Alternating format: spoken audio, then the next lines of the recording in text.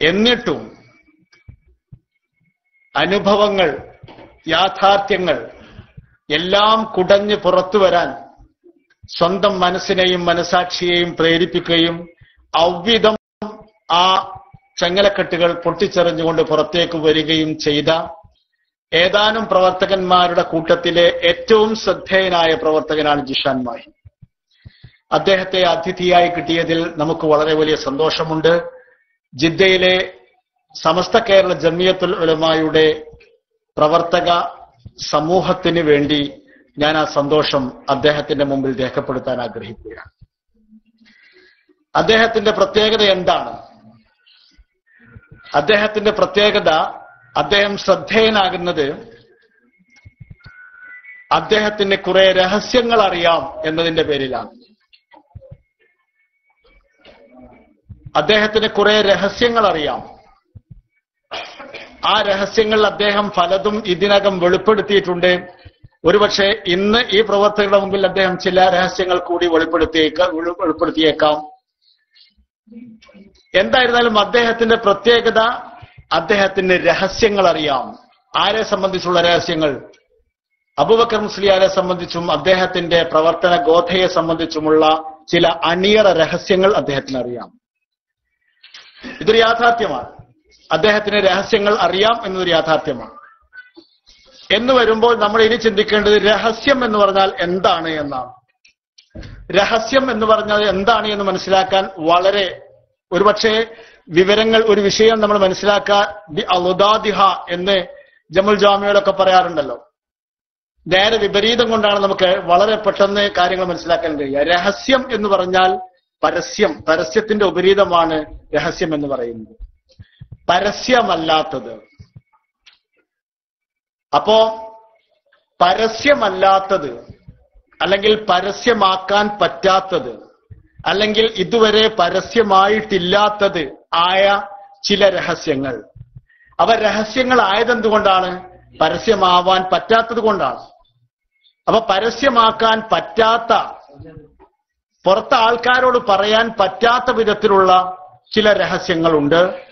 പുറത്തെ ആൾക്കാർ, പുറം ലോകം അറിയാൻ പറ്റാത്ത വിധത്തിലുള്ള ചില രഹസ്യങ്ങളുണ്ട്. ആ രഹസ്യങ്ങൾ അറിയുന്ന ആളാണ് ജിഷാൻ മാഹി എന്ന് പറയുന്ന നമ്മുടെ അതിഥി. അദ്ദേഹത്തിന്റെ ഏറ്റവും വലിയ പ്രത്യേകത അതാണ്. കാന്തപുരത്തിന്റെ അനുയായികളുടെയും അദ്ദേഹത്തിന്റെ പ്രവർത്തന ലോകത്തിന്റെയും ഒരുപാട് രഹസ്യങ്ങൾ അദ്ദേഹത്തിന് അറിയാം. ഇവിടെ നിന്ന് തന്നെയാണ് സമസ്തയും കാന്തപുരവും വേർതിരിയുന്നത്. സമസ്ത കേരള ജമിയത്തുൽ ഉലമായുടെ പ്രവർത്തകന്മാരെ സംബന്ധിച്ചിടത്തോളം അവരിൽ ആരുടെ കയ്യിലും ഇങ്ങനെ ഉസ്താദുമാരെ പറ്റിയോ നേതാക്കന്മാരെ പറ്റിയോ പരസ്യമല്ലാത്ത, പരസ്യമാക്കാൻ പറ്റാത്ത, പരസ്യമായിട്ടില്ലാത്ത, മറച്ചു പിടിച്ചിട്ടുള്ള രഹസ്യങ്ങളില്ല. സമസ്തയുടെ ഉലമാക്കളെ സംബന്ധിച്ചിടത്തോളം അവർക്ക് അവരുടെ രഹസ്യങ്ങളും അവരുടെ പരസ്യങ്ങളും ഒരേപോലെയാണ്. കാരണം എന്താണ്? നമ്മുടെ ആദർശമാകുന്ന ഇസ്ലാം അതാണ് പറയുന്നത്. ഒരു മനുഷ്യൻ അവന്റെ പുറത്തെന്താണോ അത് തന്നെയായിരിക്കണം അവന്റെ അകത്ത്. ഒരു മനുഷ്യൻ അവന്റെ അകത്തെന്തായിരിക്കണോ അത് തന്നെയായിരിക്കണം അയാളുടെ പുറത്ത്. അകത്തുള്ളതിന് വിപരീതമായ മറ്റൊന്ന് പുറത്തോ അല്ലെങ്കിൽ പുറത്തുള്ളതിന്റെ വിപരീതമായ മറ്റൊന്ന് അകത്തോ ഉണ്ടാകുന്നതിനെ ഇസ്ലാം നിഫാഖ് എന്നാണ് വിളിക്കുന്നത്. നിഫാഖ് എന്നാണ് വിളിക്കുന്നത്, കാപട്യം എന്നാണ് വിളിക്കുന്നത്. അതുകൊണ്ട് തന്നെ പുറത്ത് പറയാൻ പറ്റാത്ത സംഭവങ്ങൾ അതെന്താണെങ്കിലും, അത് എക്സ് ആണെങ്കിലും വൈ ആണെങ്കിലും ഇസഡ് ആണെങ്കിലും, പുറത്ത് പറയാൻ പറ്റാത്ത എന്തൊക്കെയോ രഹസ്യങ്ങൾ അവിടെയുണ്ട് എന്നത് അറിയും എന്ന പ്രത്യേകതയാണ് ജിഷാൻ മാഹിയെ പ്രത്യേകനാക്കുന്നത് എന്നാണ് ഞാൻ പറഞ്ഞുകൊണ്ടുവരുന്നത്. ഇവിടെയാണ് സമസ്ത കേരള ജമിയത്തുൽ ഉലമായുടെ ഉസ്താദുമാർ, നേതാക്കന്മാർ വ്യതിരിക്തരാകുന്നത്. അവരെ സംബന്ധിച്ചിടത്തോളം അവർക്ക് രഹസ്യവും പരസ്യവുമായി രണ്ട് അജണ്ടകളും രണ്ട് കാര്യപരിപാടികളുമില്ല. അവർക്ക് എന്താണോ പുറത്ത് ജനങ്ങളുടെ മുമ്പിൽ എന്താണോ അവർ പറയുന്നത് അതുതന്നെയാണ് അവരുടെ ഉള്ളിലുള്ളത്. ഒരാളെ സംബന്ധിച്ച് കൂടുതൽ കൂടുതൽ മനസ്സിലാക്കുകയും അറിയുകയും ചെയ്തു കഴിയുമ്പോൾ ആർക്കും അവരോടുള്ള ബഹുമാനം കൂടി വരികയല്ലാതെ അവര് അയ്യേ ഞാൻ ഈ വാർത്ത ആർത്തിയിലൊക്കെ ഇത്ര നിറഞ്ഞു നിൽക്കുന്ന ഇത്രമാത്രം വലിയ ശബ്ദം ഒക്കെ ഒരുപാട് ആവില്ല. ആർത്തി ഒരേ ശ്രേണിയിൽ കൊണ്ടുപോകണമെന്നുണ്ടെങ്കിൽ അതിന് ഒരുപാട് അധ്വാനിക്കേണ്ടതുണ്ട്. ഏറ്റവും വലിയ അധ്വാനം മാനസികമായ അധ്വാനമാണ്. മാനസികമായി നടത്തേണ്ട അധ്വാനം എന്ന് പറയുന്നത് ഇഖ്ലാസാണ്. ഇഖ്ലാസ് എന്ന് പറയുന്നത് പ്രസംഗിക്കുവാനും എഴുതുവാനും ഒക്കെ വളരെ എളുപ്പമാണ്. പക്ഷെ ഇഖ്ലാസ് എന്ന് പറയുന്നത് സ്വന്തം ജീവിതത്തിലേക്ക് എന്നത് എന്താണോ നമ്മുടെ സിദ്ധാന്തം നമ്മെ പഠിപ്പിക്കുന്നത്, എவ்விதമാണോ നമ്മളോട് ജീവിച്ചു പോകാൻ ഇസ്ലാം ആവശ്യപ്പെടുന്നത് അவ்விதം തന്നെ ജീവിച്ചു പോവുക. അതാണല്ലോ നിഷ്കളങ്കത എന്ന് പറയുന്നത്, ഇഖ്ലാസ് എന്ന് പറയുന്നത്. അത്തരത്തിലുള്ള ഒരു വലിയ വികാരമാണ് സത്യത്തിൽ നമ്മുടെ ഈ പരിപാടിയുടെ പിന്നിൽ ഇന്ന് ഉള്ളത് എന്നുകൂടി ഞാൻ അറിയിക്കാൻ ആഗ്രഹിക്കുകയാണ്. ദീർഘമായി വിഷയങ്ങളൊക്കെ പറയാൻ അഭിനന്ദനായ നേതാക്കന്മാർ, ഉസ്താദുമാർ എല്ലാവരും ഇവിടെ ഉണ്ടായതുകൊണ്ട് ഞാൻ അവരുടെ ഒന്നും സമയം കവർന്നെടുക്കാൻ ആഗ്രഹിക്കുന്നില്ല. ഇത്തരം വേദികളെ നമ്മൾ ഉദ്ദേശിക്കുന്നതും നമ്മൾ ഉപയോഗപ്പെടുത്തുന്നതും മറ്റുള്ള ഒരാളെ പറ്റി കുറ്റം പറയുന്നതിലപ്പുറം, മറ്റുള്ള ഒരാളെ നിരൂപിക്കുന്നതിലപ്പുറം നമ്മുടെ പ്രവർത്തകരോട് നമ്മൾ നിൽക്കുന്നത് ഇന്ന സ്ഥലത്താണെന്നും നമ്മൾ നിൽക്കുന്ന ഈ സ്ഥലത്തിന് ഇന്ന പ്രത്യേകതകളുണ്ട് എന്നും ഇതാണ് ശരിയെന്നും ശരിയാവാനുള്ള ന്യായങ്ങൾ ഇന്നതെല്ലാമാണ് എന്നും അവർക്ക് തിരിച്ചറിയാനുള്ള ഒരു അവസരം ഉണ്ടാക്കുക എന്നത് മാത്രമാണ് ഈ പരിപാടിയുടെ ഉദ്ദേശം. അതുകൊണ്ട് തന്നെ നല്ലവരായ സഹോദരങ്ങൾ കാര്യങ്ങളൊക്കെ വളരെ വിശദമായി മനസ്സിലാക്കുക. മനസ്സിലായിട്ടില്ലാത്തവരുണ്ടെങ്കിൽ അവർക്ക് ചോദിച്ച് മനസ്സിലാക്കാൻ കഴിയുന്നതാണ്. അങ്ങനെ ചോദിച്ചും അറിഞ്ഞും അന്വേഷിച്ചും ചിന്തിച്ചും കണ്ടെത്തി യഥാർത്ഥമായ ഒരു പാന്താവിൽ എത്തിച്ചേരുകയും ആ പാന്താവിൽ അഭിമാനത്തോടുകൂടെ സന്തോഷത്തോടുകൂടെ സാലിഹീങ്ങളായ ആൾക്കാരുടെ ഒരു കൂട്ടമാണ് സമസ്ത കേരള ജമിയത്തുള്ള നമുക്ക് എല്ലാവർക്കും അറിയാം. അത് ആരംഭിക്കുമ്പോൾ മുതൽ, അത് തുടങ്ങുമ്പോൾ മുതൽ അത് സാലിഹീങ്ങളായ ആൾക്കാരുടെ മനസ്സുകളിലൂടെ, നാവുകളിലൂടെയാണ് കടന്നു വന്നിട്ടുള്ളത്. ആ ഒരു നന്മ ഈ പ്രസ്ഥാനത്തിന്റെ ഒപ്പം ഉണ്ടായതുകൊണ്ടാണ് ഒരുപാട് കാലം തെറ്റുകളെ സഹിക്കേണ്ടുന്ന അല്ലെങ്കിൽ വഹിക്കേണ്ടുന്ന ഒരു സാഹചര്യം സമസ്തയുടെ ജീവചരിത്രത്തിൽ ഒരിക്കലും ഉണ്ടായിട്ടില്ല. അത് സമസ്തയുടെ ചരിത്രം പരിശോധിക്കുന്ന ഓരോരുത്തർക്കും മനസ്സിലാവും. സമസ്തയുടെ ആശയാദർശങ്ങളെ 100% മനസ്സുകൊണ്ട് സ്വാംശീകരിച്ചുകൊണ്ടല്ലാതെ ഒപ്പം പോകുന്നവർ ആരാണെങ്കിലും, അവരും അഭിനയിക്കുന്നവരായി ഒപ്പം പോകുന്നവരാരാണെങ്കിലും അവരെയൊക്കെ തന്നെയും കാലം ശരിക്കും അതിൻ്റെതായ മുഹൂർത്തങ്ങളിൽ, അതിൻ്റെതായ സമയങ്ങളിൽ എടുത്ത് പുറത്തേക്കിട്ടിട്ടുണ്ട് എന്നത് ഒരു ചരിത്രപരമായ വസ്തുതയാണ്. അത് ഈ കറാമത്തിന്റെ ഭാഗമാണ്. അതുകൊണ്ട് തന്നെ ഈ നമ്മൾ നിൽക്കുന്ന ഈ ശ്രേണി, നമ്മൾ നിൽക്കുന്ന ഈ ഭാഗം, ഇത് സത്യത്തിന്റെയും ഹക്കിന്റെയും ഭാഗമാണ്. അവിടെ കുറച്ച് തിളക്കത്തിന് കുറവുണ്ടാകാം, കുറച്ച് നിറത്തിന് കുറവുണ്ടാകാം, കുറച്ച് മണത്തിന് കുറവുണ്ടാവാം. വലിയ വാഹനങ്ങൾ ഉണ്ടായിക്കൊള്ളണമെന്നില്ല, വലിയ ഘോഷങ്ങളും പ്രഘോഷണങ്ങളും ഉണ്ടായിക്കൊള്ളണമെന്നില്ല, വലിയ ശബ്ദ മുഖരിതമായ പ്രഭാഷണങ്ങളും മറ്റൊന്നും ഉണ്ടായിക്കൊള്ളണമെന്നില്ല. എന്നിരുന്നാൽ പോലും ഇതിന്റെയൊക്കെ അപ്പുറത്ത് പരമമായ സത്യത്തെ ഈ പ്രസ്ഥാനം പ്രതിനിധീകരിക്കുന്നുണ്ട് എന്ന് മനസ്സിലാക്കാൻ ഇത്തരം വേദികൾ തീർച്ചയായും നമ്മുടെ പ്രവർത്തകന്മാർ ഉപയോഗപ്പെടുത്തേണ്ടതുണ്ട് എന്ന് മാത്രം ഈ സന്ദർഭത്തിൽ അപേക്ഷിക്കുകയാണ് എല്ലാവരോടും. പരിപാടിയിൽ എല്ലാവരും ഇന്ന് സ്വാഭാവികമായും തെരഞ്ഞെടുപ്പ് പ്രഖ്യാപിച്ചു കഴിഞ്ഞ ഒരു സാഹചര്യം ആയതുകൊണ്ട് രാഷ്ട്രീയവുമായി ബന്ധപ്പെട്ടുള്ള ആൾക്കാർക്ക് ധാരാളം പരിപാടികൾ ഇന്നുണ്ട്. അതിന്റെ ഒരു ക്ഷീണം തീർച്ചയായിട്ടും ഉണ്ട്. മാത്രമല്ല നമ്മുടെ ഈ പരിപാടി വളരെ അവസാനത്തിൽ ജുമാക്ക് ശേഷമാണ് നമ്മൾ ചോക്കൌട്ട് ചെയ്യുകയുണ്ടായത്. അതുകൊണ്ട് ഒക്കെ നമ്മുടെ പ്രവർത്തകന്മാരൊക്കെ എത്തിച്ചേരുന്നേ ഉള്ളൂ. ഇൻഷാ അള്ളാ നമ്മുടെ പ്രവർത്തകന്മാരൊക്കെ അധികം വൈകാതെ തന്നെ എത്തിച്ചേരും എന്നാണ് നമ്മൾ പ്രതീക്ഷിക്കുന്നത്. ദീർഘമായി ഒരു സ്വാഗത ഭാഷണം നീട്ടിക്കൊണ്ടുപോകുന്നതിന് അർത്ഥമില്ലാത്തത് കൊണ്ട് ഞാൻ അത്തരം ഒരു ശ്രമത്തിലേക്ക് പ്രവേശിക്കുന്നില്ല. ഈ പരിപാടിയിൽ എത്തിച്ചേർന്ന എല്ലാവർക്കും ജിദ്ദ ഇസ്ലാമിക് സെന്ററിന്റെയും ഇവിടുത്തെ എല്ലാ സുന്നി കുടുംബത്തിലെ എല്ലാ സംഘടനകളുടെയും പേരിൽ പ്രത്യേകം സ്വാഗതം പറയുകയാണ്. പ്രത്യേകം നമ്മുടെ അതിഥികളായി ഇവിടെ എത്തിയ, നേരത്തെ ഞാൻ പറഞ്ഞ പോലെ തന്നെ അഭിനന്ദനായ സലാം ഫൈസി ഇരിങ്ങാട്ടി, അദ്ദേഹം ഉംറയ്ക്ക് വേണ്ടി നാട്ടിൽ നിന്ന് വന്നതാണ്. ഒരുപാട് കാലം ഇസ്ലാമിക് സെന്ററിന് വേണ്ടി സേവനം ചെയ്യുകയും നമ്മളിൽ ഒരാളായി പ്രവർത്തിക്കുകയും ഇപ്പോൾ നാട്ടിൽ നമ്മുടെ പ്രാസ്ഥാനിക രംഗത്ത് വളരെ സജീവ സാന്നിധ്യമായി പ്രവർത്തിച്ചുകൊണ്ടിരിക്കുകയും ചെയ്യുന്ന അഭിനന്ദനായ അബ്ദുസലാം ഫൈസി ഇരിങ്ങാട്ടി അവർകൾ, അദ്ദേഹം ഇവിടെ എത്തിച്ചേർന്നിട്ടുണ്ട്. അദ്ദേഹത്തിന് ജിദ്ദ ഇസ്ലാമിക് സെന്ററിന്റെയും ജിദ്ദയിലെ സുന്നി കുടുംബത്തിന്റെയും സ്നേഹസമ്പന്നമായ സ്വാഗതം നേരുകയാണ്. അതോടൊപ്പം തന്നെ അഭിനന്ദനായ ജിഷാൻ മാഹി, അദ്ദേഹം ഖത്തറിലാണ് വർക്ക് ചെയ്യുന്നത്. അദ്ദേഹവും തീർത്ഥാടനവുമായി ബന്ധപ്പെട്ടുകൊണ്ട് ഇവിടെ എത്തിച്ചേർന്നതാണ്. അദ്ദേഹത്തിനും അതുപോലെ തന്നെ അദ്ദേഹത്തിന്റെ സുഹൃത്ത് എന്ന് പറഞ്ഞാൽ വെറും സുഹൃത്ത് മാത്രമല്ലെന്നാണ്, നമുക്ക് വളരെ അടുത്ത പരിചയമില്ലെങ്കിൽ പോലും അദ്ദേഹവും ഇതേപോലെ തന്നെ അബൂബക്കർ മുസ്ലിയാരുടെ ആ പ്രവർത്തന ആ ഗോതയിൽ ഉണ്ടായിരുന്ന ആളായിരുന്നു എന്നാണ് പറയുന്നത്. എന്തായിരുന്നാലും അവരൊക്കെ അവരുടേതായ അനുഭവങ്ങൾ നമ്മോട് പറയാതിരിക്കുകയില്ല. അദ്ദേഹം ദമ്മാമിലാണ് പ്രവർത്തിക്കുന്നത് എന്ന് ആണ് മനസ്സിലാക്കുന്നത്. ജാഫർ സാഹിബ് അദ്ദേഹവും ഇവിടെ എത്തിച്ചേർന്നിട്ടുണ്ട്. രണ്ടു പേർക്കും ജിദ്ദ ഇസ്ലാമിക് സെന്ററിന്റെയും ജിദ്ദയിലെ സമസ്ത കേരള ജമിയത്തുൽ ഉലമായുടെ സുന്നി കുടുംബത്തിന്റെയും സ്നേഹസമ്പന്നമായ സ്വാഗതം നേരുകയാണ്. അതോടൊപ്പം തന്നെ ഇവിടെ എത്തിച്ചേർന്ന നമ്മുടെ അഭിനന്ദനായ നേതാക്കന്മാർ സയ്യിദ് ഉബൈദുള്ള തങ്ങൾ അവർകൾ, അഭിനന്ദനായ അബ്ദുൽ കരീം ഫൈസി കീഴാറ്റൂർ, അഭിനന്ദനായ അലി മൗലവി നാട്ടുകൽ, അഭിനന്ദനായ അബ്ദുള്ള ഫൈസി കുളപ്പറമ്പ്, അതുപോലെ തന്നെ നമ്മളെ അസൈനാജി വന്നിട്ടുണ്ട്, അഭിനന്ദനായ അസൈനാജി, അതുപോലെ തന്നെ മജീദ് പുകയൂര്. അങ്ങനെ ഞാൻ പേരെടുത്ത് പറയുകയാണെങ്കിൽ എല്ലാവരുടെയും പേര് പറയണം, അത്രയും ആൾക്കാർ വന്നിട്ടുണ്ട്. അതിൽ ഏറ്റവും പ്രധാനമായി തന്നെ നമ്മുടെ അബ്ദുള്ള തോട്ടക്കാട്, അമീർ ഇലിങ്ങല്ലൂർ രണ്ടുപേരും ഇവിടെ എത്തിയിട്ടുണ്ട്. രണ്ടുപേരും മാത്രമല്ല, ജിദ്ദയിലെ കാഫിലായുടെ സമാദരണീയരായ നേതാക്കന്മാരാണ്. മറ്റു നേതാക്കന്മാരെയും നമ്മൾ ഇൻഷാ അല്ലാഹ് പ്രതീക്ഷിക്കുന്നുണ്ട്, അവരും എത്തിച്ചേരുമെന്നാണ് പ്രതീക്ഷിക്കുന്നത്. SYSന്റെ സെക്രട്ടറി അഭിനന്ദനായ നൗഷാദ് അൻവരി ഇവിടെ എത്തിച്ചേർന്നിട്ടുണ്ട്. അദ്ദേഹത്തിനും ഇങ്ങനെ ഇവിടെ എത്തിച്ചേർന്ന എല്ലാവർക്കും ഞാൻ ഒറ്റവാക്കിൽ, അതുപോലെ തന്നെ ദാറുൽ ഹുദ ഇസ്ലാമിക് യൂണിവേഴ്സിറ്റിയുടെ പ്രവർത്തകന്മാരുണ്ട്, അവരുടെ മീറ്റിംഗ് കഴിഞ്ഞ ശേഷം അവരിരിക്കുകയാണ്. വളാഞ്ചേരി മർക്കസിന്റെ പ്രവർത്തകന്മാർ ഇവിടെ ഇരിക്കുന്നുണ്ട്. അങ്ങനെ ഞാൻ പറഞ്ഞല്ലോ, പേരെടുത്ത് പറയുകയാണെങ്കിൽ ഒരുപാട് പേരുടെ പേര് പറയേണ്ടതുണ്ട്. അതൊക്കെ തൽക്കാലം സമയ ദൈർഘ്യം ഭയന്നുകൊണ്ട് ഒഴിവാക്കുകയാണ്.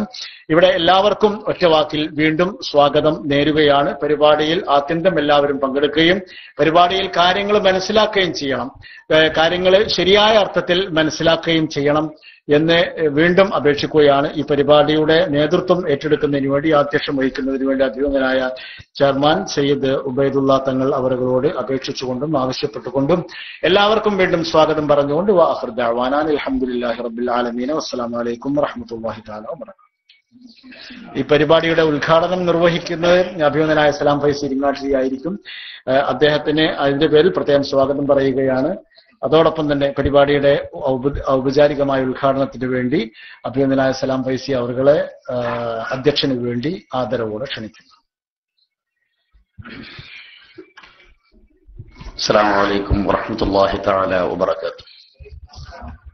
ബിസ്മില്ലാഹി വൽഹംദുലില്ലാഹി വസ്സലാത്തു വസ്സലാമു അലാ അഷ്റഫി റസൂലില്ലാഹി വഅലാ ആലിഹി വസ്വഹാബിഹിൽ ഫായിസീന ബിറിദല്ലാഹി അമ്മാ ബഅദ്. സമാദരണീയരായ സാദാത്യങ്ങളെ, ഉലമാക്കളെ, സ്നേഹധന്യരായ എൻ്റെ ഇസ്ലാമിക് സെന്ററിന്റെയും സുന്നി യുവജന സംഘത്തിന്റെയും മറ്റു നമ്മുടെ സംഘടനകളുടെയും ഊർജ്ജസ്വരരായ സഹപ്രവർത്തകർ, അല്ലാഹു സുബ്ഹാനഹു വ തആലയുടെ അനുഗ്രഹം കൊണ്ട് പ്രവാസ ജീവിതം അവസാനിപ്പിച്ച് നാട്ടിലിരിക്കുമ്പോൾ പരിശുദ്ധ ഉംറ നിർവഹിക്കാൻ പലപ്പോഴും അവസരം ലഭിച്ച കൂട്ടത്തിൽ ഈ വർഷം കഴിഞ്ഞ ഞായറാഴ്ച ഇവിടെ എത്തിച്ചേരുകയും ഗൃഹാതുരത്വമുണർത്തുന്ന ജിദ്ദയും നമ്മുടെ പ്രവാസ മേഖലകളും തേടി ഞാനിന്ന് ജുമുഅക്ക് ശേഷം ഇവിടെ എത്തിയതാണ്. ഇങ്ങനെ ഒരു അവസരം ലഭിക്കുക എന്നത് സത്യത്തിൽ ഞാനൊരു വലിയ സൗഭാഗ്യമായി കാണും. കുറെ പരിചിത മുഖങ്ങളെ ഒരുമിച്ച് കാണുക, അതോടൊപ്പം ജിഷാൻ മാഹിയെ പോലെ നമ്മളൊക്കെ കുറെ കേട്ട, വളരെ ജിജ്ഞാസയോടുകൂടി കാണുകയും ചെയ്ത ആളുകളുടെ നേർ സാന്നിധ്യം അവരോടൊപ്പം പങ്കെടുക്കുക എന്നത് വലിയ അനുഗ്രഹമായി ഞാൻ മനസ്സിലാക്കുകയാണ്. കാരണം പലപ്പോഴും ലക്ഷ്യം വഹിക്കുക എന്നത് വലിയൊരു സംഭവമാണ്. അല്ലാഹു സുബ്ഹാനഹു വ തആല പരിശുദ്ധമായ സുന്നത്ത് ജമാഅത്തിന്റെ കേരളീയ പശ്ചാത്തലത്തെ 10-20 വർഷമായി 2.5 പതിറ്റാണ്ടായി കാർന്നു തിന്നുകൊണ്ടിരുന്ന പരിശുദ്ധ സുന്നത്ത് ജമാഅത്തിന്റെ പ്രതലത്തെ കാർന്നു തിന്നുകൊണ്ടിരുന്ന ഒരു വലിയ വിപത്തിന്, അതിന്റെ കൗണ്ട് ഡൗൺ തുടങ്ങാൻ നാന്തി കുറിക്കപ്പെട്ട, അതല്ലെങ്കിൽ അതിന്റെ സജീവ പ്രവർത്തകർക്കിടയിൽ വലിയ മാറ്റങ്ങളുടെ ആന്തോളനങ്ങൾ സൃഷ്ടിക്കാൻ സാധിച്ച ഒരു വ്യക്തിത്വമാണ് ജിഷാൻ മാഹി എന്നാണ് ഞാൻ മനസ്സിലാക്കുന്നത്. ധീരമായ കാൽവെപ്പ്, പലപ്പോഴും സത്യം ഉള്ളിൽ കിടന്ന് മുഴങ്ങുമ്പോൾ അദ്ദേഹം അസ്വസ്ഥനാകുന്നത് നമ്മൾ കാണുകയാണ്, നേരിട്ട് കാണുകയാണ്. ഞാൻ അദ്ദേഹത്തിന്റെ അദ്ദേഹം പുറത്തുവിട്ട ഒരു CD, അദ്ദേഹത്തിന്റെ ആ ഒരു സത്യം ഉള്ളിൽ കിടന്ന് മുഴങ്ങുമ്പോഴുണ്ടാകുന്ന അദ്ദേഹത്തിനുണ്ടാകുന്ന ആ അസ്വസ്ഥതകൾ അദ്ദേഹത്തിൽ നിന്ന് വായിച്ചെടുക്കാൻ നമുക്ക് സാധിച്ചു. ഞാൻ പലപ്പോഴും ആലോചിക്കുകയാണ്, മഹാനായ അമ്മാർ ഇബ്നു യാസിർ റളിയല്ലാഹു തആല അൻഹു തിക്തസത്യത്തിന്റെ ബോധ്യത്തിന് മുമ്പിൽ പലപ്പോഴും ശാരീരിക പീഡനങ്ങൾക്ക് മുമ്പിൽ തോറ്റ് ചൊല്ലിട്ട് ശത്രുക്കളുടെ മുമ്പിൽ പതറി നിന്ന ആ സമയത്തെക്കുറിച്ച് പിന്നെ വേപത് കൊണ്ട് കരഞ്ഞ മഹാനായ അമ്മാർ, അതുപോലെ കരയേണ്ട ഒരുപാട് ആളുകളുണ്ട് എന്ന് അദ്ദേഹം വ്യക്തമാക്കുകയുണ്ടായി. നേരിട്ട് വിളിച്ചുകൊണ്ട് അദ്ദേഹത്തിന്റെ വേദ്യം ചെയ്യലുകൾക്ക് മുമ്പിൽ പതറിപ്പോകുന്ന പലരുടെയും ഇടറിയ ശബ്ദങ്ങൾ ലോകം ശ്രവിക്കുന്നത് നമുക്ക് കാണാൻ സാധിച്ചു. അല്ലാഹു ഹിദായത്ത് കൊടുക്കുമാറാവട്ടെ. പലർക്കും സത്യമുള്ളിൽ കടന്ന് മുഴങ്ങുമ്പോഴും ഭൗതിക സുഖങ്ങളുടെ സുഖാഡംബരങ്ങളുടെ പറുദീസയുടെ പ്രലോഭനങ്ങളിൽ കിടന്നിട്ട് ഇങ്ങനെ ആളുകൾ ആറാടുക, ഈ സമൂഹത്തിനെ വിലകെടുത്തിയത്, ഈ ശുഭ്രവസ്ത്രങ്ങൾക്ക് മുമ്പിൽ അതിനെ മേലിൽ ചളിവാരി എറിഞ്ഞത് 2.5 പതിറ്റാണ്ടായി ആരായിരുന്നു എന്ന് സമൂഹം ബോധ്യപ്പെട്ടു വരികയാണ്. നിങ്ങൾക്കറിയോ, പ്രബോധന പ്രവർത്തന മേഖലകളിൽ ദാഴിമാരിന്ന് അനുഭവിക്കുന്ന പ്രശ്നങ്ങൾ മഹല്ലുകളിൽ ചെന്ന് നോക്കാൻ കഴിയില്ല.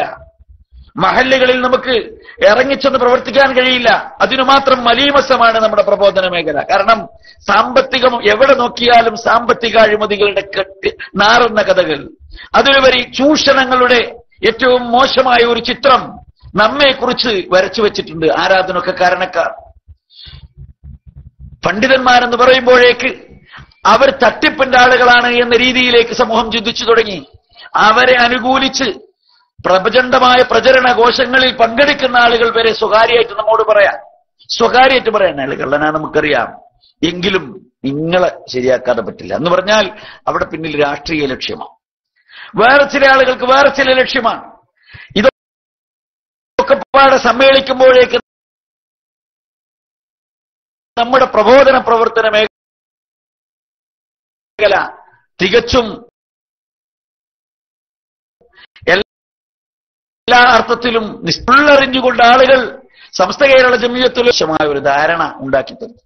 അല്ലാഹു സുബ്ഹാനഹു വ തആല ആ വിപത്തിൽ ശരിക്കു പറഞ്ഞാൽ ഈ ആത്മീയ ചൂഷണത്തിന്റെ ഏറ്റവും വികൃതമായ മുഖം അത് ബഹുജനങ്ങൾക്കിടയിൽ ശരിക്കും വ്യക്തമാക്കി കൊടുക്കാൻ നമ്മുടെ പ്രസ്ഥാനത്തിനും ഇതുപോലെയുള്ള ധീരരായ പ്രവർത്തകർക്കും സാധിച്ചിട്ടുണ്ട്. ഏറ്റവും കൂടുതൽ ആളുകൾ ചർച്ച ചെയ്യപ്പെടുന്ന വിഷയം അതാണ്, ആത്മീയ ചൂഷണം. ഒരു തരത്തിൽ പൊതുവായി പറയുമ്പോൾ അമ്മ നടത്തുന്ന ആത്മീയ തട്ടിപ്പുകളെ കുറിച്ച് പറയുമ്പോൾ അത് പറയാൻ പാടില്ലെന്നും അവിടെയൊന്നും കൈവെക്കാൻ പാടില്ല എന്നും ഉത്തരവാദിത്തപ്പെട്ട ആളുകൾ നമ്മൾ ബോധ്യപ്പെടുത്തുക. അവിടെ നമുക്ക് സങ്കടത്തോടെ ഓർക്കേണ്ടത്, പലപ്പോഴും നമ്മുടെയൊക്കെ വക്താക്കളായി വരുന്നവർ പോലും അമ്മയെ തൊട്ടുകൂടാ എന്ന രീതിയിൽ സംസാരിക്കുന്നു. അഹിതമായി അവിടെ നടക്കുന്നു എന്ന് വിദേശ വനിത പറയുമ്പോ ഒരു പെറ്റി കേസെടുക്കാൻ ധൈര്യമില്ലാത്ത ജനാധിപത്യ രാജ്യത്തിൽ താമസിക്കുന്നതിൽ നാണിക്കേണ്ടവരാ നമ്മൾ. അതേ സമയത്ത് നമ്മുടെ ഭാഗത്തുനിന്ന് ചെറിയ എന്തെങ്കിലും ഉണ്ടാകുമ്പോഴേക്ക് വലിയ പ്രചരണങ്ങൾ നടത്തുകയും മുഖ്യധാരാ മാധ്യമങ്ങൾ അത് ഏറ്റെടുത്തുകൊണ്ട് വലിയ സംഭവമാക്കി തീർക്കുകയും ചെയ്യുകയും പോലീസ് അതുവഴി പോരുകയും ചെയ്യും. ഇപ്പൊ സലീം രാജ് എന്ന് പറയുന്ന പോലീസുകാരനെ സർവീസിൽ നിന്ന് പിരിച്ചുവിടുകയാണെന്ന് പറയുമ്പോൾ ആഘോഷപൂർവ്വം എല്ലാവരും ആഘോഷപൂർവ്വം പ്രസിദ്ധീകരിച്ചു ആ വാർത്ത. അതേ സമയത്ത് മറിച്ച് അമ്മയ്ക്കെതിരെയുള്ള വാർത്തയെ മറച്ചുവെക്കാൻ എല്ലാ പത്രങ്ങളും മത്സരിച്ചു. ഒരു സ്വർണ്ണ ബിസ്ക്കറ്റുകളുടെ പിടുത്തം അങ്ങനെ വല്ലാതെ ഭയങ്കര ശക്തമായി ചൂട് പിടിച്ചപ്പോൾ അത് ഒരു പ്രത്യേക മുസ്ലിം ഗ്രൂപ്പിന്റെ സ്വർണ്ണ വ്യാപാരത്തിലേക്കാണ് ചെന്നു ചേരുന്നത് എന്ന് വരുത്തി തീർക്കാൻ 2 ദിവസം ചാനലുകൾ കടുത്ത ശ്രമം നടത്തി. പിന്നീടാണ് പരസ്യത്തിന്റെ ആ മാധുര്യം മറന്ന് ഞങ്ങൾ കളിച്ചത് ശരിയായില്ല എന്ന് പറഞ്ഞിട്ട് വാർത്തകൾ സംസ്കരിച്ചു. ഇവിടെ ചൂഷണങ്ങൾ എവിടെയാണെങ്കിലും വളരെ ശക്തമായ രീതിയിൽ പ്രതികരിക്കുന്ന ഒരു സമൂഹം വളർന്നു വരേണ്ടതുണ്ട്. ഇവിടെ ആത്മീയ ചൂഷണം എന്ന് പറയുമ്പോ ഈ തട്ടിപ്പ് നടത്തുന്ന ഈ മുസ്ലിയാരുടെ ചൂഷണം മാത്രമല്ല, സമൂഹത്തിനിടയിൽ വലിയ ചൂഷണം ആത്മീയതയുടെ പേരിൽ നടന്നുകൊണ്ടിരിക്കുന്നുണ്ട്. നാടാന്തരം ബ്രാഞ്ചുകൾ ഇട്ടിട്ട് നടക്കുന്നുണ്ട്. എനിക്ക് ഉണ്ടായ ഒരു അനുഭവം പറയും. ഒരു നൂറിന്റെ ഒരു തട്ടിപ്പിനെ സംബന്ധിച്ച് ഇങ്ങനെ പറഞ്ഞു വന്നപ്പോ, നൂറ് മൗലവിയുടെ തട്ടിപ്പിനെ കുറിച്ച് ഇങ്ങനെ പറഞ്ഞു വന്നപ്പോ, ഞാൻ നിൽക്കുന്ന മഹല്യം പുതിയ ചെന്ന മഹലാണ്. അപ്പൊ എനിക്ക് അത്ര അതിനിങ്ങനെ സംസാരിച്ച് പറഞ്ഞു, ഇങ്ങനെ കൈവച്ചിട്ട് പറഞ്ഞു, നൂറിനൊന്നും പറയേണ്ട ഉസ്താദേ, ഇവിടെ ഉണ്ട് ഒരു സംഭവം എന്ന് പറഞ്ഞിട്ട് ഒരു ക്രിസ്ത്യാനി പാർക്കുന്ന ഒരു വീട് കാണിച്ചിട്ട് എന്നോട് പറഞ്ഞു, ആ വീട് ഒരു വലിയ പണ്ഡിതന്റേതായിരുന്നു. ഇവിടെ വലിയ മൗലൂദ് നടന്ന വീടാ. അവിടെ ഇന്ന് കുർബാനയാണ് ചൊല്ലുന്നത്, അന്തിക്ക് ബൈബിളാ വായിക്കുന്നത്. അത് തറക്കല്ലിട്ടത് ഇന്ന ആളാണ്. അവിടെ മൗലൂദിന് നേതൃത്വം വർഷം റബീഉൽ അവ്വൽ നടത്തി ഇന്ന ആളാണ്. ആ ആള് ഇന്ന് അപ്രത്യക്ഷനാണ്. അയാളിപ്പോ ഗ്രഹണം ബാധിച്ച് എവിടെയോ മറഞ്ഞിരിക്കുകയാണ്. ഇടക്കൊക്കെ രാത്രിഞ്ചരനായി പ്രത്യക്ഷപ്പെടാറുണ്ട് എന്നൊക്കെ പറഞ്ഞ അയാളെ എനിക്ക് പരിചയപ്പെടുത്തുന്നു. പിന്നീട് ഞാൻ അതിനെക്കുറിച്ച് കൂടുതൽ അന്വേഷിച്ചില്ല. ഞാൻ അങ്ങനെ തലവെക്കണ്ടല്ലോ. പക്ഷെ ഒരു ദിവസം രാവിലെ വളരെ അവശനായ ഒരു മൂല്യരിന്റെ അടുത്ത് വന്നു. ഉസ്താദ്, നിങ്ങളിപ്പോ ഇവിടെ പുതിയ ചാർജ് എടുത്താ വെച്ചു. ഞാനിപ്പോ പുതിയ ചാർജ് എടുത്താണ്. എന്നിട്ട് പിന്നെ കുറച്ച് വർത്താനങ്ങൾ പറഞ്ഞിട്ട് 8.5 ലക്ഷം സ്വന്തം മകളുടെ കല്യാണത്തിനൊരുക്കി വെച്ച 8.5 ലക്ഷം ഉറുപ്പിക എടുത്തു കൊടുത്തിട്ട് ആ മനുഷ്യൻ 3 വർഷമായി എന്നെ കളിപ്പിക്കാൻ തുടങ്ങിയിട്ട്, ഞാൻ എന്റെ രൂപം കണ്ടോ, ഞാൻ ഇങ്ങനെയൊന്നുമില്ല. അയാൾ ഫോട്ടോ എടുത്ത് പഴയ ഫോട്ടോ, ഞാൻ ഈ കോലത്തിലായത് ഈ തട്ടിപ്പപ്പെട്ടിട്ടാണ്. അപ്പൊ നോക്കുമ്പോ ഒക്കെ ഉസ്താദിന്റെ ആൾക്കാരാണ്. എല്ലാവരും ഈ പറഞ്ഞ പോലീശയാക്കപ്പെട്ട ഉസ്താദിന്റെ ആൾക്കാരാണ്. ഇരുമ്പയിരുന്റെയും അതുപോലെ തന്നെ ഉരുക്ക് വ്യവസായത്തിന്റെയൊക്കെ വലിയ പരസ്യം ചെയ്തിട്ട് ആളുകളിൽ നിന്ന് കാശ് വൈദ്യുതി. ഗ്രാമങ്ങളിൽ വരെ ഈ തട്ടിപ്പിന് മാതൃകകളുണ്ട്. എല്ലായിടത്തും ഇത് തന്നെയാണ് പണി.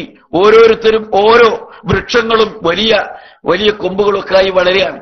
ഇത് ഉസ്താദിൽ നിന്ന് പഠിച്ചിട്ട് ഇങ്ങനെ വളരുകയാണ്. ഈ ചൂഷണത്തിനെതിരെ ഇതിനെതിരെ നമ്മൾ ശക്തമായി നിലകൊള്ളേണ്ടതുണ്ട്. അതോടൊപ്പം നമ്മളും തന്നെ സ്വമേധയാ ചിലതൊക്കെ ചിന്തിക്കേണ്ടതുണ്ട്. നാമും ഇതിന്റെയൊക്കെ വഴിത്താരയിലൂടെ സഞ്ചരിക്കുന്നുണ്ടോ? അതല്ലെങ്കിൽ നമ്മുടെ ഭാഗത്ത് ആളുകളെ മതം കൊണ്ട് ചൂഷണം ചെയ്യുന്ന മൈൻഡും മനോഭാവവും വരുന്നുണ്ടോ എന്നതിനെ കുറിച്ച് ആത്മവിചാരം നടത്തേണ്ടതുമുണ്ട്.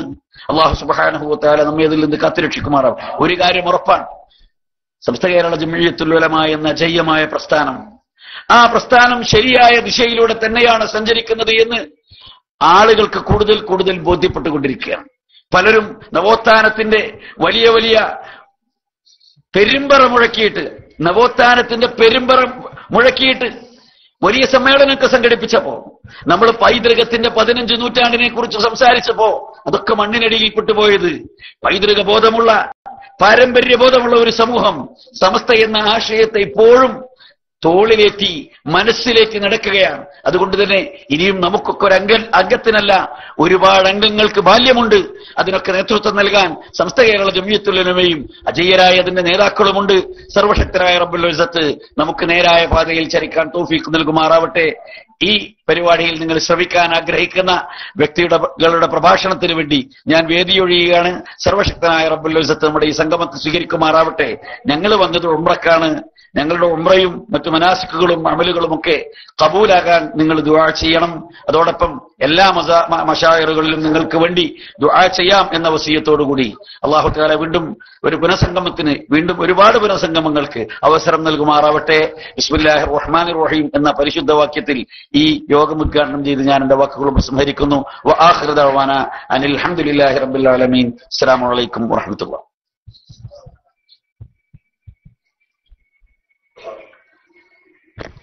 السلام عليكم ورحمة الله تعالى وبركاته. بسم الله الرحمن الرحيم. الحمد لله رب العالمين والصلاة والسلام على أشرف المرسلين وعلى آله وصحبه الفائزين بالله ما بعد.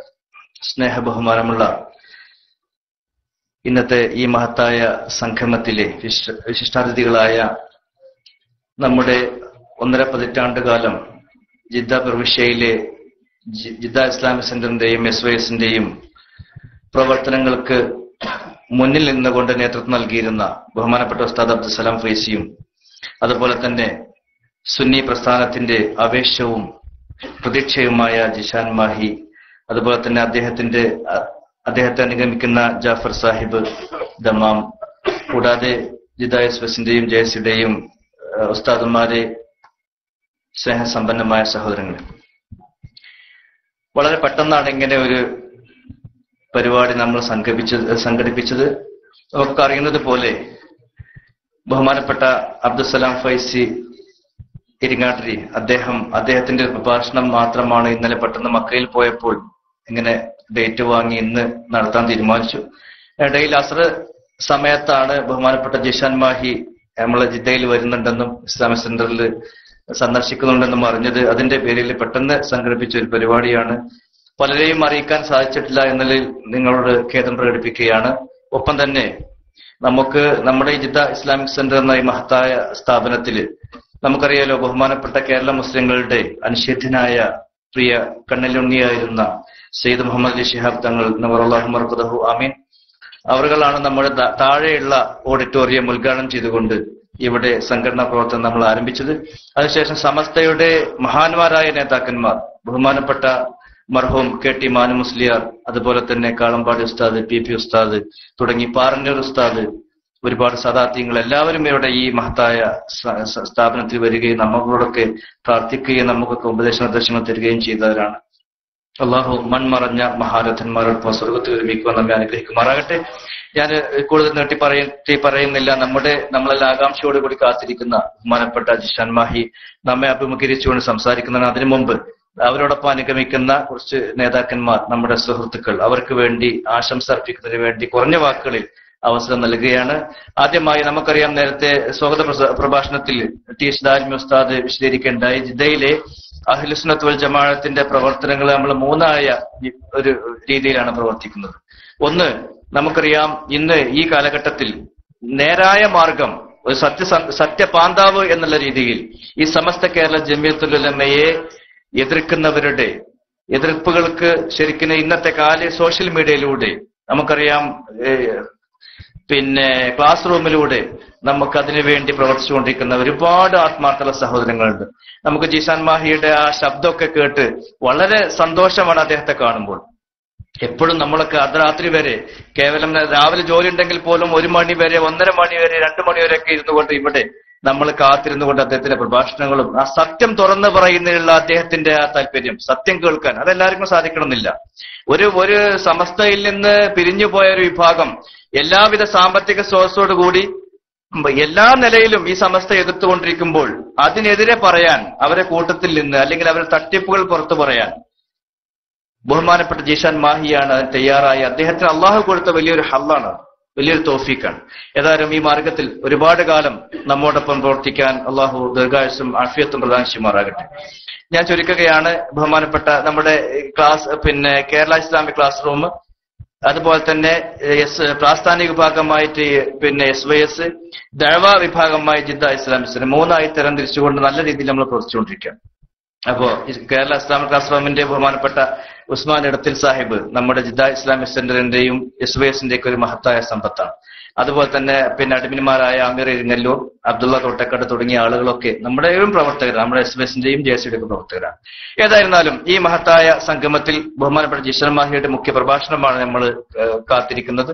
അതിനു മുമ്പ് കുറഞ്ഞ വാക്കുകൾ ആശംസ അർപ്പിക്കുന്നതിന് വേണ്ടി ആദ്യമായി മസ്നവി എന്ന ഐഡിയിൽ അറിയപ്പെടുന്ന നമ്മുടെ പ്രിയപ്പെട്ട ഉസ്മാൻ ഇടത്തിൽ സാഹിബ് 2 വാക്ക് സംസാരിക്കുന്നതിന് വേണ്ടി അദ്ദേഹത്തെ സാദരം ക്ഷണിക്കുന്നു.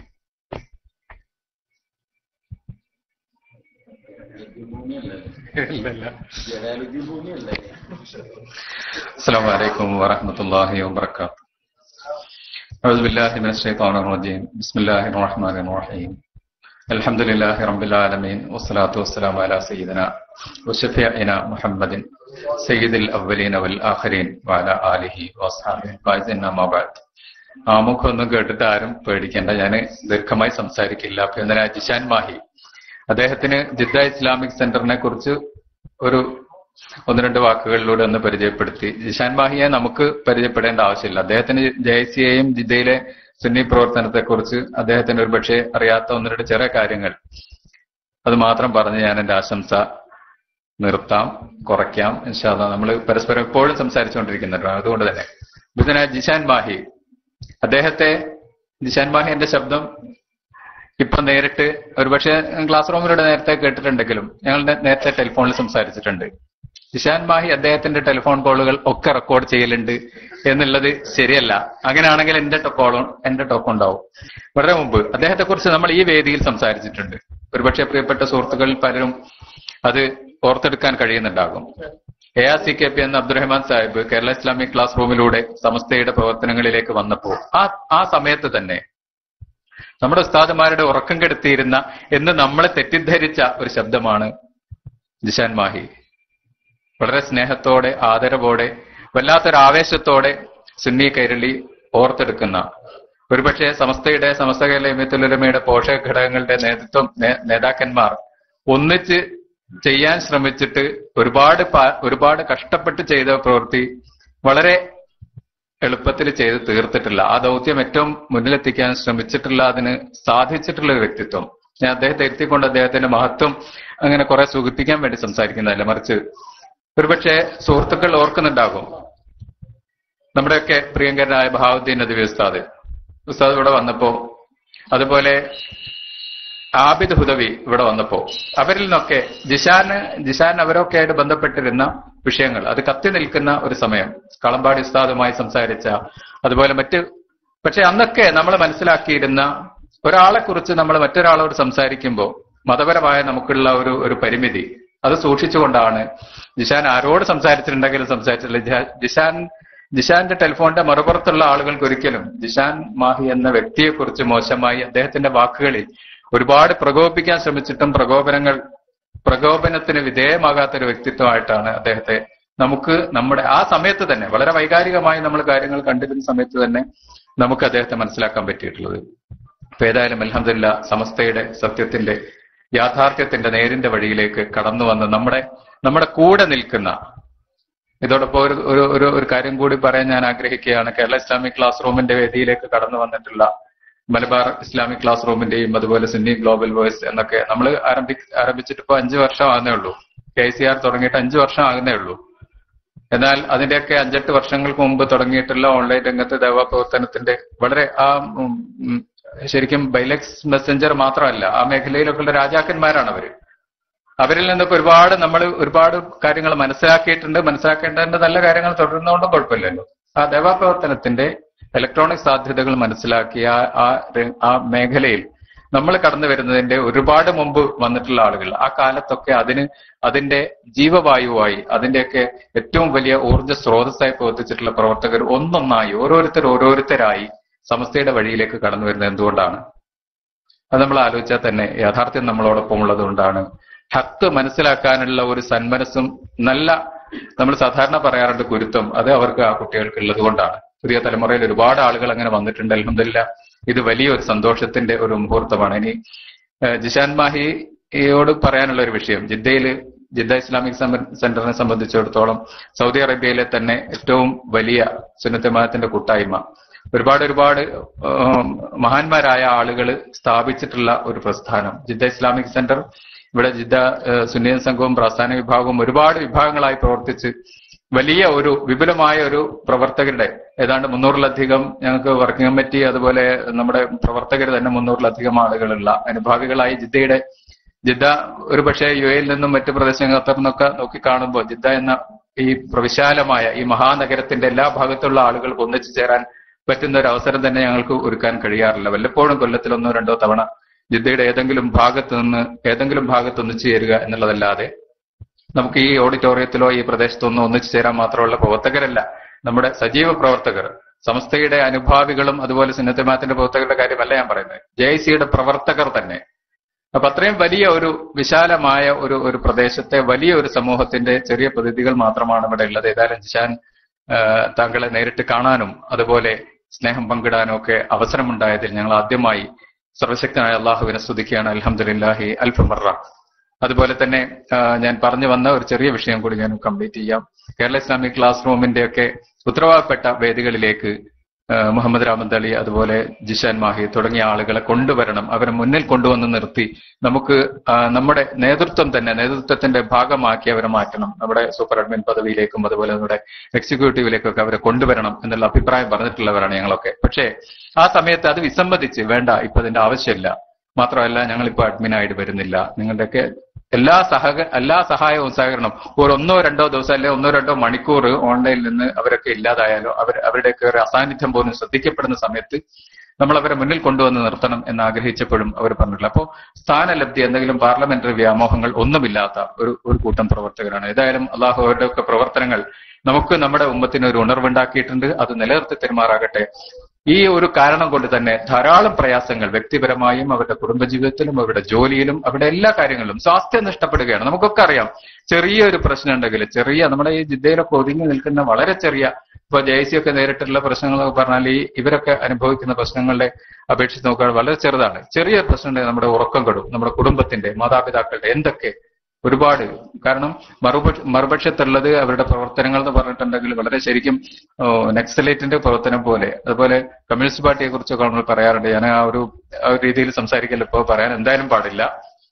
പ്രത്യേകിച്ച് അവരുടെ പാർട്ടിയിൽ നിന്ന് പുറത്തു പോയിട്ടുണ്ടെങ്കിൽ അവരെ ഇല്ലായ്മ ചെയ്യാൻ വേണ്ടി ശ്രമിക്കുന്ന അതേ ഒരു രീതി തന്നെയാണ് SSF-ന്റെ ഒക്കെ പ്രവർത്തകർ നാട്ടിന്റെ നാനാഭാഗത്തും ചെയ്തുകൊണ്ടിരിക്കുന്നത്. ഇത് പറയാൻ നമുക്ക് ഒരുപാട് കഴിയും. കാരണം സമസ്തയുടെ 1989 പ്രശ്നങ്ങളൊക്കെ ഉണ്ടാകുമ്പോൾ SKSF രൂപീകരിക്കുന്നതിന് മുമ്പ് SSF ആക്ഷൻ കൗൺസിൽ എന്ന ഒരു സംഘടന രൂപീകരിച്ച് ആ സമയം മുതൽ അതുമായി ബന്ധപ്പെട്ട് പ്രവർത്തിക്കാനൊക്കെ അവസരം കിട്ടിയ ഒരു വ്യക്തി എന്ന നിലയ്ക്ക് എനിക്ക് കൃത്യമായി അറിയാൻ കഴിയും. ഏതായാലും ജിഷൻ മാഹി, അങ്ങയ്ക്ക് കേരള ഇസ്ലാമിക് ക്ലാസ് റൂമിന്റെ ഒരുപാട് ശ്രോതാക്കളും അതുപോലെ അനുഭാവികളൊക്കെ ഇവിടെ ഉണ്ട്. ജിദ്ദ ഇസ്ലാമിക് സെന്ററിന്റെ, ജിദ്ദയിലെ പൊതുസമൂഹത്തിന്റെ, സുന്നി സമൂഹത്തിന്റെ മനസ്സിന്റെ ആഴങ്ങളിൽ നിന്ന് ഒരുപാട് ആശംസകൾ പ്രാർത്ഥനാപൂർവം അറിയിക്കുകയാണ്. അള്ളാഹു നമ്മുടെ ഈ കൂട്ടായ്മയെ നാളെ പാരത്രിക ലോകത്ത് അവന്റെ ജന്നാത്തുൽ ഫിർദൗസിൽ അള്ളാഹുവിന്റെ അർശിന്റെ തണൽ ലഭിക്കുന്ന സൗഹൃദമാക്കി അള്ളാഹു നിലനിർത്തി തെരുമാറാകട്ടെ. ഈ ഉമ്മത്തിന് നേതൃത്വം നൽകാൻ നിങ്ങളിൽ വലിയൊരു വ്യക്തിത്വത്തെ, വലിയ പ്രതീക്ഷ അർപ്പിക്കുന്ന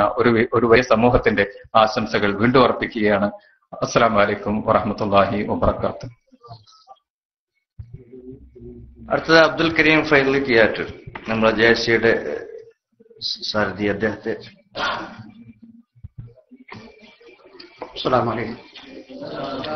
بسم الله والحمد لله والصلاة والسلام على رسول الله وعلى آله وصحبه الفائزين برضا الله.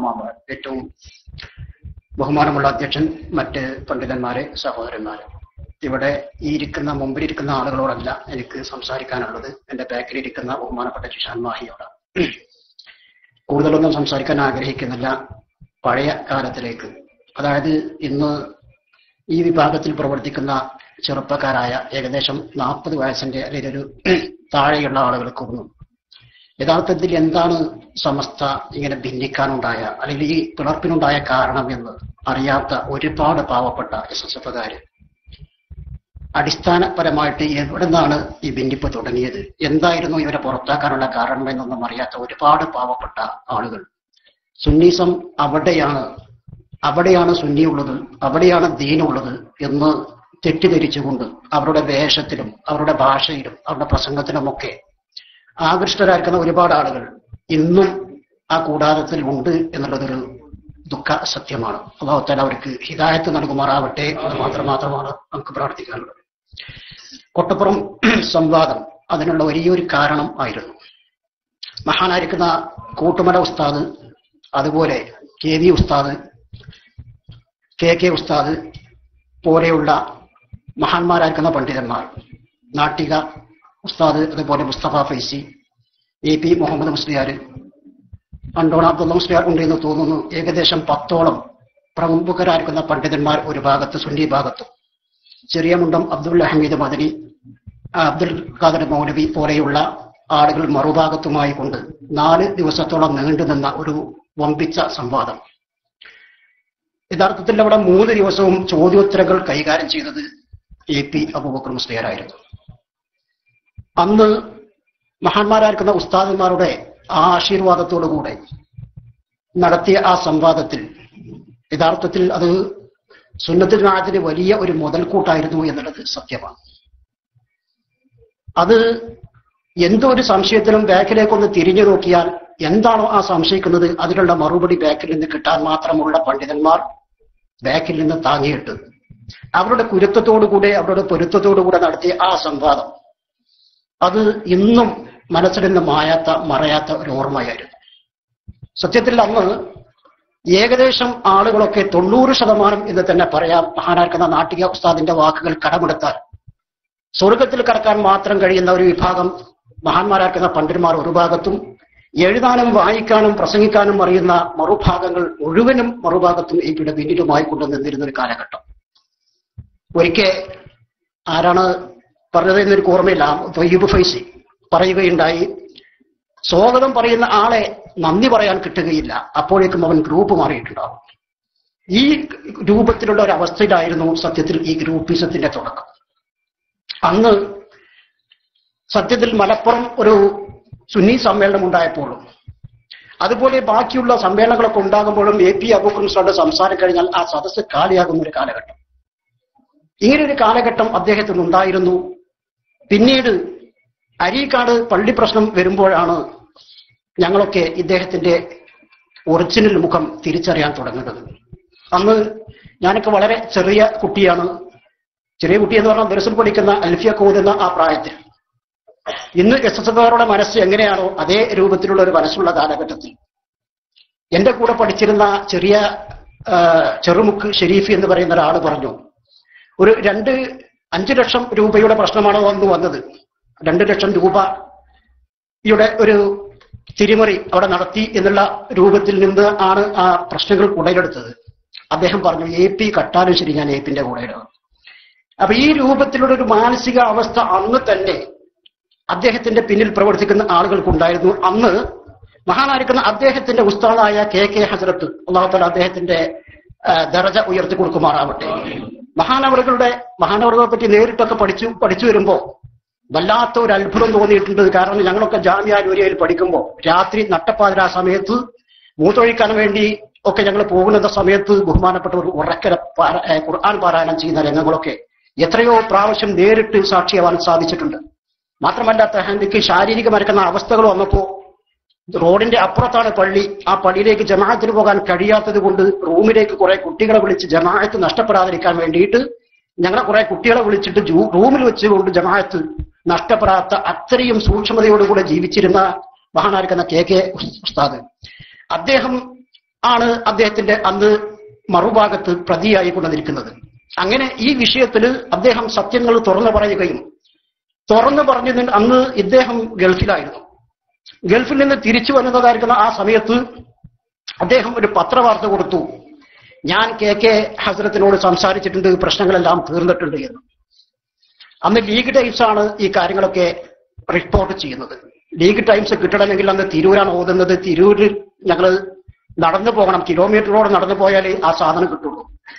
അങ്ങനെ അദ്ദേഹത്തിന്റെ ഈ വാർത്ത കണ്ടപ്പോ സത്യത്തിൽ ഞങ്ങളൊക്കെ സന്തോഷിച്ചു. പ്രശ്നങ്ങളെല്ലാം തീർന്നുപോയി, സുന്നി വിഭാഗത്തിലുള്ള പ്രശ്നങ്ങളൊക്കെ തീർന്നു എന്ന് സന്തോഷത്തോടു കൂടി ഇരിക്കുമ്പോഴാണ് പിറ്റേ ദിവസം ചന്ദ്രികയിൽ മഹാനായിരിക്കുന്ന KK ഹസ്രത്തിന്റെ പ്രസ്താവന നുണ പണ്ഡിതന്മാർക്ക് യോജിച്ചതല്ല. അപ്പോൾ ഞങ്ങൾ സംശയിച്ചു, കാരണം എന്താണ് AP ഇങ്ങനെ നുണ പറയുമോ, എന്തായിരിക്കും ഇതിന്റെ മറുപടി? പിറ്റേ ദിവസം വീണ്ടും ലീഗ് ടൈംസ് കൊണ്ടുവന്നു. അപ്പോൾ അതിന്റെ മറുപടിയായിട്ട് എഴുതിയിരിക്കുന്നത്, ഞാൻ ഈ പ്രാവശ്യമല്ല KK ഹസ്രത്തിനെ കണ്ടത്, കഴിഞ്ഞ പ്രാവശ്യം വന്നപ്പോഴാണ്. അപ്പൊ അന്ന് തന്നെ ഇദ്ദേഹം കളവ് പറയുന്ന കാര്യത്തിൽ യാതൊരു മടിയും കാണിക്കാത്ത, അതുപോലെ കുവൈത്ത് കരാറിന്റെ വിഷയത്തിൽ അന്നാണ് ബഹുമാനപ്പെട്ട മുസ്തഫ ഫൈസിക്കൊക്കെ ബോധോദയം ഉണ്ടായത്. വളരെയധികം എഴുതിയ ആളാണ് അദ്ദേഹം. അദ്ദേഹം എഴുതി, അന്ന് 17 ഇന കരാറിൽ, സുന്നി വിരുദ്ധ കരാറിൽ ഒപ്പിട്ട് വന്നുകൊണ്ട് അത് ന്യായീകരിച്ചുകൊണ്ട് അതിനെ സുന്നി വിരുദ്ധമല്ല, സുന്നി അനുകൂലമാണ് എന്ന് പറഞ്ഞുകൊണ്ട് വളരെയധികം വിശദീകരിച്ചുകൊണ്ട് സംസാരിച്ചു. പക്ഷേ ബഹുമാനപ്പെട്ട നാട്ടിക ഉസ്താദിനെ പോലെയുള്ള ആളുകൾ അതിന്റെ ഓരോ കള്ളത്തരങ്ങളും കണ്ടുപിടിക്കുകയും അതിൽ ഒരു സംവാദം നടത്താൻ തയ്യാറാകുകയും ചെയ്തു. എന്നാൽ ഞാൻ ജാമിയയിൽ പഠിക്കുന്ന സമയത്ത് 1901 1991 അങ്ങനെ സംവാദ വ്യവസ്ഥ തയ്യാറാക്കാൻ ബഹുമാനപ്പെട്ട മർഹൂം നെല്ലിക്കുത്തി ഇസ്മായിൽ മുസ്ലിയാർ വരികയും അദ്ദേഹം അതിന്റെ ആ വ്യവസ്ഥകൾ തയ്യാറാക്കിയിട്ട് എറണാകുളം ടാഗോർ ഹാളിൽ വെച്ചുകൊണ്ട് ഒരു വാദപ്രതിവാദത്തിന് രണ്ട് ഭാഗത്തിൽ നിന്നും 50 ആളുകൾ വീതം, ഒരു ഭാഗത്ത് AP അബൂബക്കർ മുസ്ലിയാർ, മറുഭാഗത്ത് നാട്ടിക മുസ്ലിയാർ, ഇങ്ങനെ സംവാദ വ്യവസ്ഥ തയ്യാറാക്കി അത് ഡേറ്റ് നിശ്ചയിച്ചു. പക്ഷെ അദ്ദേഹം പറഞ്ഞു, എനിക്ക് അബുദാബി വഴി ഹജ്ജിന് പോകാനുണ്ട്. അതിനുശേഷം പറഞ്ഞു, ഓക്കെ എന്നാൽ ഡേറ്റ് മാറ്റാം. തിരിച്ചു വന്നിട്ട് ചോദിച്ചു, എന്നാണ് തയ്യാറുള്ളത്? 25 വർഷമായി ഇന്ന് വരെ അദ്ദേഹം തയ്യാറായിട്ടില്ല. കാരണം അദ്ദേഹത്തിന് അറിയാം, ആ വാദപ്രതിവാദത്തിൽ അദ്ദേഹം പങ്കെടുക്കുകയാണെങ്കിൽ അദ്ദേഹത്തിന്റെ ഓരോ കള്ളത്തരങ്ങളും തൗലീഹ് ഓതി തരുമ്പോൾ ബഹുമാനപ്പെട്ട KK കരുവാറുണ്ട് ഉസ്താദ് ഞങ്ങളോട് പറഞ്ഞു തന്നിരുന്നു, അദ്ദേഹം അതിലേക്ക് കണ്ടുവച്ചപ്പോൾ ഓരോ പോയിന്റുകളും. അപ്പോൾ ഇങ്ങനെ ഏതൊരു വിഷയത്തിലും കളവ് പറയാൻ യാതൊരു മടിയുമില്ലാത്ത, അങ്ങനെ ആ കുവൈത്ത് കരാറിൽ വാദപ്രതിവാദത്തിൽ നിന്ന് ഒളിച്ചോടുകയും അതിൽ മുസ്തഫ ഫൈസി എഴുതി, അന്ന് ഓഡിയോ കാസറ്റാണ്, ആ കാസറ്റിനെ പറ്റി എഴുതി, ഈ കാസറ്റിൽ ചേർത്തിയതും ചോർത്തിയതുമുണ്ട്, വേണ്ടത് കൂട്ടി ചേർത്തിട്ടും ഉണ്ട്. അദ്ദേഹത്തിന് അനുകൂലിച്ച് എഴുതുന്ന ആ സമയത്ത് തന്നെയാണ് അദ്ദേഹത്തിന്റെ മനമാറ്റം വന്നുകൊണ്ട് അദ്ദേഹം എഴുതാൻ തുടങ്ങിയത്. പിന്നീടാണ് അദ്ദേഹം പിന്നിലേക്ക് വരിയാൻ തുടങ്ങിയത്.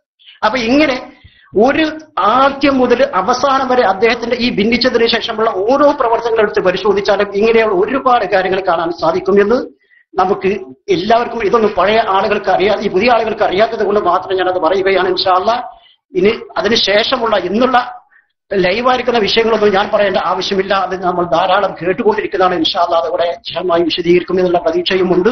അല്ലാഹു സുബ്ഹാനഹു വ തആല അദ്ദേഹത്തിനെ പോലെ ഞാൻ അദ്ദേഹത്തിന്റെ സാന്നിധ്യത്തിൽ വെച്ചുകൊണ്ട് ഒരു കുറ്റബോധത്തോടു കൂടി ഒരു കാര്യം പറയാണ്. അദ്ദേഹം ഓൺലൈനിൽ പറഞ്ഞൊരു വാക്കുണ്ട് ഒരു ദിവസം. അദ്ദേഹം ഒരാളോട് ചോദിക്കുകയാണ്, നിങ്ങൾ പിന്നെ പേരിന്റെ കൂടെ ഫൈസി, ദാരിമി, അൻവരി, സക്കാഫി എന്നുള്ള വാല് വെച്ച് കൊണ്ടു നടക്കുന്ന ആളുകളാണല്ലോ, നിങ്ങളൊക്കെ സുന്നത്ത് ജമാഅത്തിനോട് എന്താണ് ചെയ്തത്? സത്യത്തിൽ ലജ്ജയോടുകൂടെ കുറ്റബോധത്തോടുകൂടെ ആ വാക്ക് ഞാൻ പങ്കുവെക്കുകയാണ് എല്ലാവരോടും. പേരിന്റെ കൂടെ ഓരോ ബിരുദം താങ്ങി നടക്കുന്ന ആളുകളാണല്ലോ നിങ്ങളൊക്കെ സുന്നത്ത് ജമാഅത്തിന് വേണ്ടി എന്ത് ചെയ്തു എന്ന്. ഏതായാലും അല്ലാഹു സുബ്ഹാനഹു വ തആല സുന്നത്ത് ജമാഅത്തിന് വേണ്ടി മരണം വരെ പ്രവർത്തിക്കാനുള്ള തൗഫീഖ് നമുക്ക് എല്ലാവർക്കും അല്ലാഹു നൽകുമാറാവട്ടെ. സത്യം തുറഞ്ഞു പറഞ്ഞതിന്റെ പേരിൽ അതിനുള്ള എല്ലാ പ്രതിഫലവും ഇഹത്തിലും പരത്തിലും അല്ലാഹു അദ്ദേഹത്തിന് നൽകുമാറാവട്ടെ. എല്ലാവിധ ഷർറിൽ നിന്നും എല്ലാവിധ ഫിത്നകളിൽ നിന്നും അദ്ദേഹത്തിനെ നമ്മയും അല്ലാഹു കാത്തുരക്ഷിക്കുമാറാവട്ടെ. അസ്സലാമു അലൈക്കും.